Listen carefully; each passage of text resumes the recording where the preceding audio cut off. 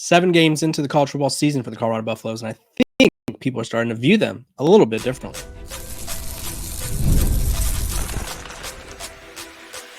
You are Locked On Buffs, your daily podcast on the Colorado Buffaloes, part of the Locked On Podcast Network, your team every day.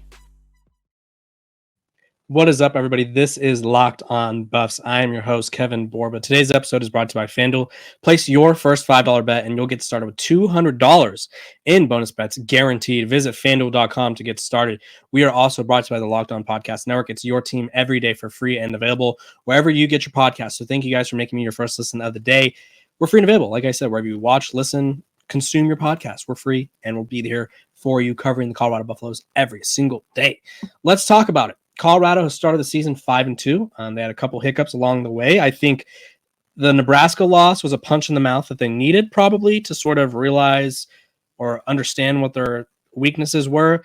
And then the loss against Kansas State kind of just showed, hey, we didn't have our best stuff, and we still had a chance to be a top 25 team. And so Paul Feinbaum, Matt Berry, they were on their show today or whenever, or at least I saw today. I think it was from today or yesterday. And they were talking about how this Colorado team's different. They're giving Deion Sanders credit. And like finally, Paul Feinbaum admits he was wrong about Deion Sanders, which granted he's changed his opinion like 30 times about him. At one point, he was like, he's the perfect coach for USC. And then he was like, you know what? Never mind. No big program should hire him. And so what does all of this change in stance on Deion Sanders and Colorado tell me? Well, for one, I think people realize that the product on the field is sort of matching the energy in the press conferences. Let me explain. Sorry, I had to take a drink of water for those of you listening. Excuse me. When we looked at this Colorado team last year, right, they bring in the number one transfer portal class. It was interesting because a lot of the guys were inexperienced. Some of them went to major programs. Some of them were blue chip recruits. And it was like, okay, but they're the number one class, and they have Sean Lewis, who was, I think, a really good – I still think Sean Lewis is a good coach.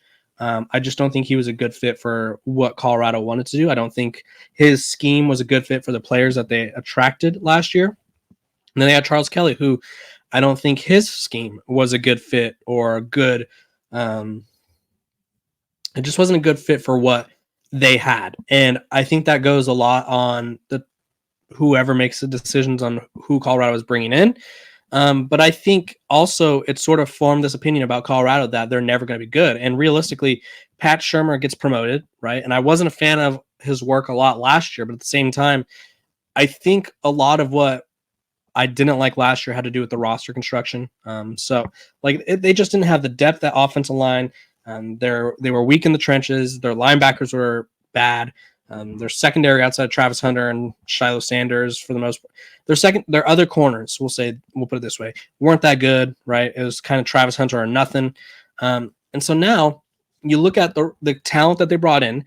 They brought in experienced guys who have played a lot of football from all over the country, whether it's BJ Green, Deion Hayes, Samuel Kunolola, Nakai Hillgreen, like all these guys have played a lot.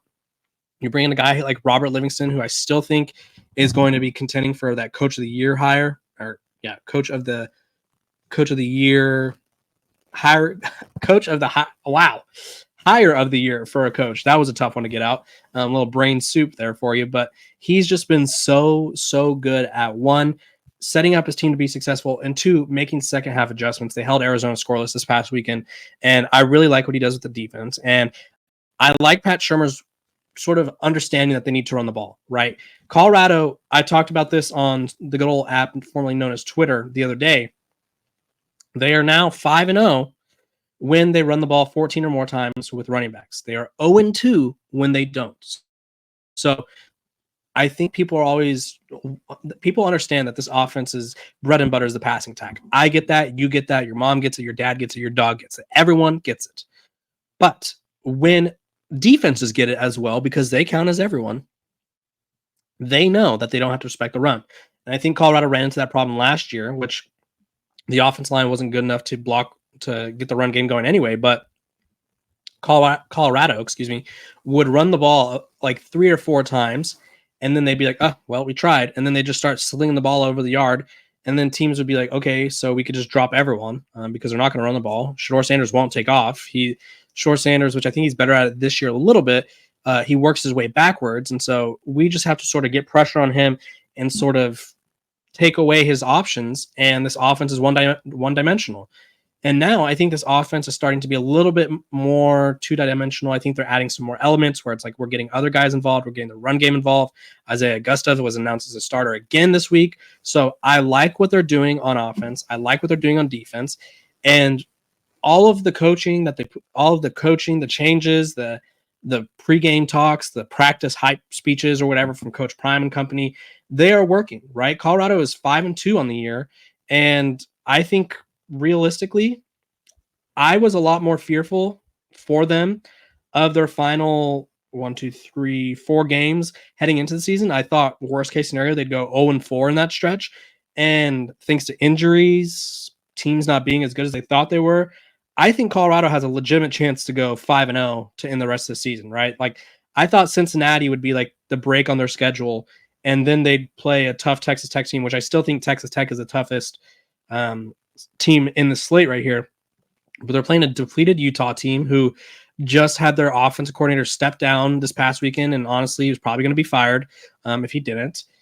Kansas is not what they were sort of thought to be in the preseason rankings, right? They were initially ranked as the number 22 team in the country. They moved up to number 19 by week 2, and they haven't won a game. And their 2 wins are against Lindenwood, which I don't even know where that is. And which mind you, Lindenwood's 3-5 on the year in the Big South OVC conference. And their other win is against Houston, who's the bottom of the barrel in the Big 12. So Kansas isn't good. And then they have Oklahoma State, who I thought would be somewhat decent, just based off of the fact that they made it to the Big 12 title game last year, and they're terrible. So Colorado realistically has a favorable schedule. They have a much improved offense and much improved defense. They're top 20 in the country in tackles. Like they don't miss a lot of tackles. Defensively, they're able to shut teams down in the second half. And I think offensively, they're able to complement themselves. And we saw them win a game without Travis Hunter, which has me and Scott Proctor, who's now with DNVR, as he announced today, which is really exciting for him. I'm pumped for Scott. As you guys know, we have him on every single week, and we love what Scott does, and very excited for him. But as me and him talked about on yesterday's episode, Cincinnati hasn't been tested. Colorado has done a little bit of everything, and showing that they could win a game without Travis Hunter, because he obviously went down early in that game against Arizona. It kind of shows how far this team's grown, because last year when they lost Travis, you know what hit the fan. You know what. And so I think a lot of people are starting to view this team as a legitimate Big 12 contender, as they should be, or as they should.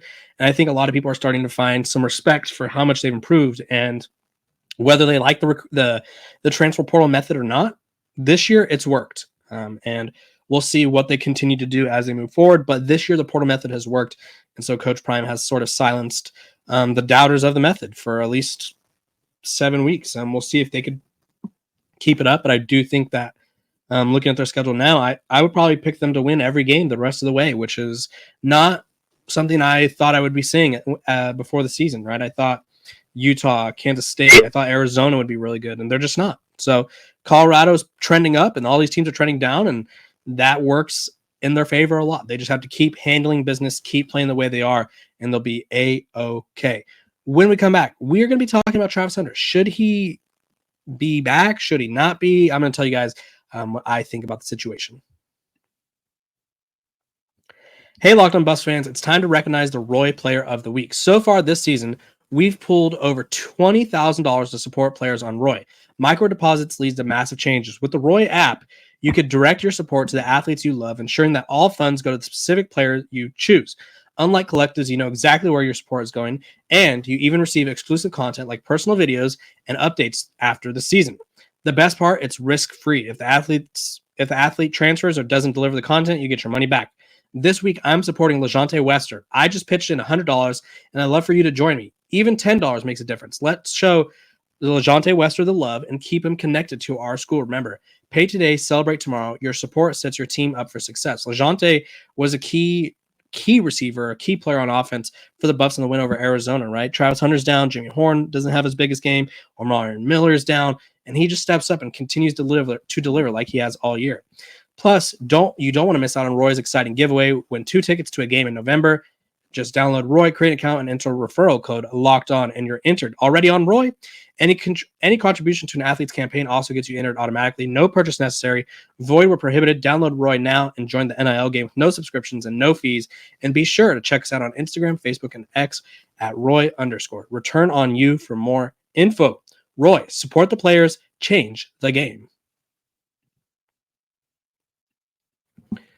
Welcome back to Locked On Buffs. I appreciate you guys for tuning in every single day, making me your first listen of the day. We're free and available wherever you get your podcasts, so make sure to like, subscribe, and follow. And I want to thank you guys again for making me your first listen of the day. Like I said before the break, right, we're talking about Travis Hunter. He goes down with an injury against Kansas State. It was a really weird situation. It was reported as a shoulder injury, and he went into the locker room, came back, played, got injured again, went back to the locker room, and then comes back on the sideline after halftime by himself. Like, he didn't come out with the team, which, I mean, I get, right? He was still getting checked out, and it looked like he kind of wanted to play, like he was still in pads and like he was being energetic on the sideline, and he didn't play the rest of the game. And then against Arizona, he plays, but it was obviously, he was a shell of the player that we had seen in the first couple weeks. And so it was like, I don't think Travis Hunter was healthy. I don't know if he should have been playing against that Arizona team. I think Colorado had them severely outmatched, and I wish that we didn't have to see him sort of not look 100%. And so Coach Prime today said that Travis is a lot better this week and a lot better in a better place, if you will. But this leads me back to my question that me and Scott debated last week, where it's like, how can you best maximize Travis Hunter, right? He missed basically all of the Kansas State game, and I think he missed 2 quarters there and missed a chunk of – he's basically missed a game's worth of action this year. He missed 3 games last year. He missed a handful of games at Jackson State. Like, he has shown that he gets banged up every once in a while. I'm not going to call him injury prone, but I will say he has had some injury issues. And so it's like, when you have someone as dynamic as Travis Hunter and he's the best player in college football, is it more important to boost his Heisman stats or his Heisman standings and his personal stats, or is it more important to win games, right? I think if you organically incorporate him into the offense and into the defense, those numbers will come. He's Travis freaking Hunter. He's that good. You don't need to force it.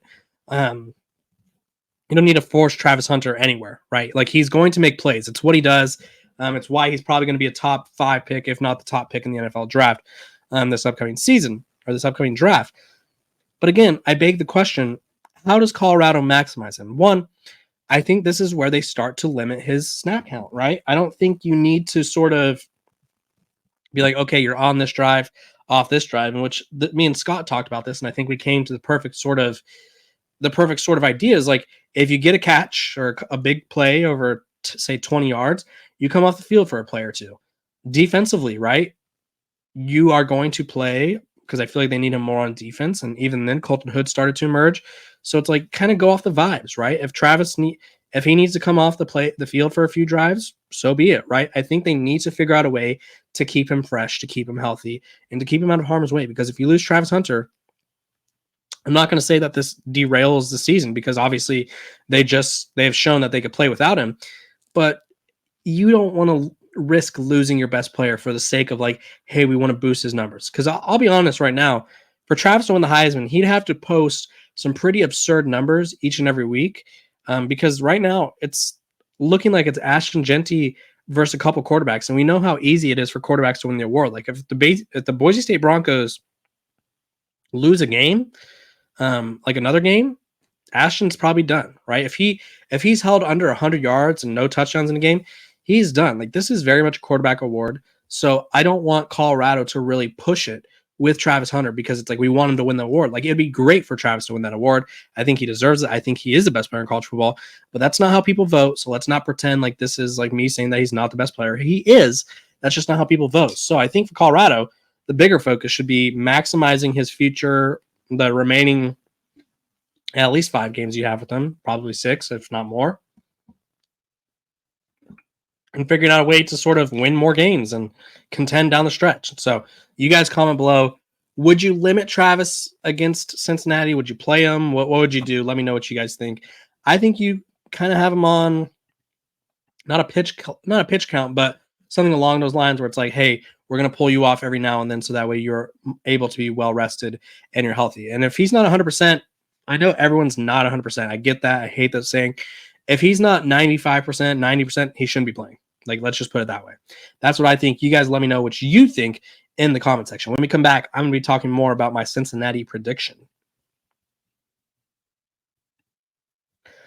Hey, NFL fans, you can start the season with a big return on FanDuel, America's #1 sportsbook. So when you get a hunch in the middle of the game, you can check out the latest stats, view live play-by-play, and so much more on the same page where you place your bets. You'll get started with $200 in bonus bets guaranteed when you place your first $5 bet. That's FanDuel.com. Visit FanDuel.com to get in on the action. Welcome back to Locked On Buffs. I appreciate you guys for tuning in every single day, making me your first listen of the day. Free and available wherever you get your podcasts. And let's just keep continuing to grow this community. Hello, cough there, as you guys could tell. Let's talk about this game, right? Feels fishy to me. Colorado opened as 4-point favorites, and now they've jumped up to 5.5-point favorites. And like I said, I don't think Cincinnati really matches up with Colorado well. They rank 100th in total defense, which, I mean, if you don't have a good defense, like, you're not going to slow down this Colorado offense, right? I think realistically, like, their defense is worse than Colorado State's in terms of total defense. So they haven't had to stop anyone, right?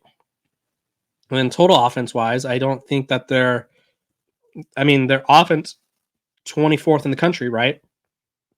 But I don't think, like, their 5-2 resume and Colorado's 5-2 resume, not the same.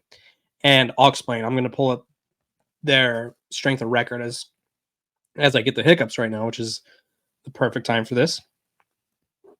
Sorry. If I hold my breath for like 2 seconds, I get rid of my hiccups. It's a weird thing, but it's what happens. Okay. So Colorado's resume, I think, is way better than Cincinnati's. In fact, Cincinnati's strength of record or strength of schedule comes in at number 89. So Colorado's is 69th. Colorado's strength of record is 32nd. Cincinnati's 45th. Which, I mean, there's a lot of guys, a lot of teams in the Big 12 who have worse strength of records. Like Kansas is 104th. They're dead last. Houston's 91. Oklahoma State 81. Arizona 79. Baylor 78. Utah 68, UCF 73. Like, Cincinnati is not as battle tested as Colorado.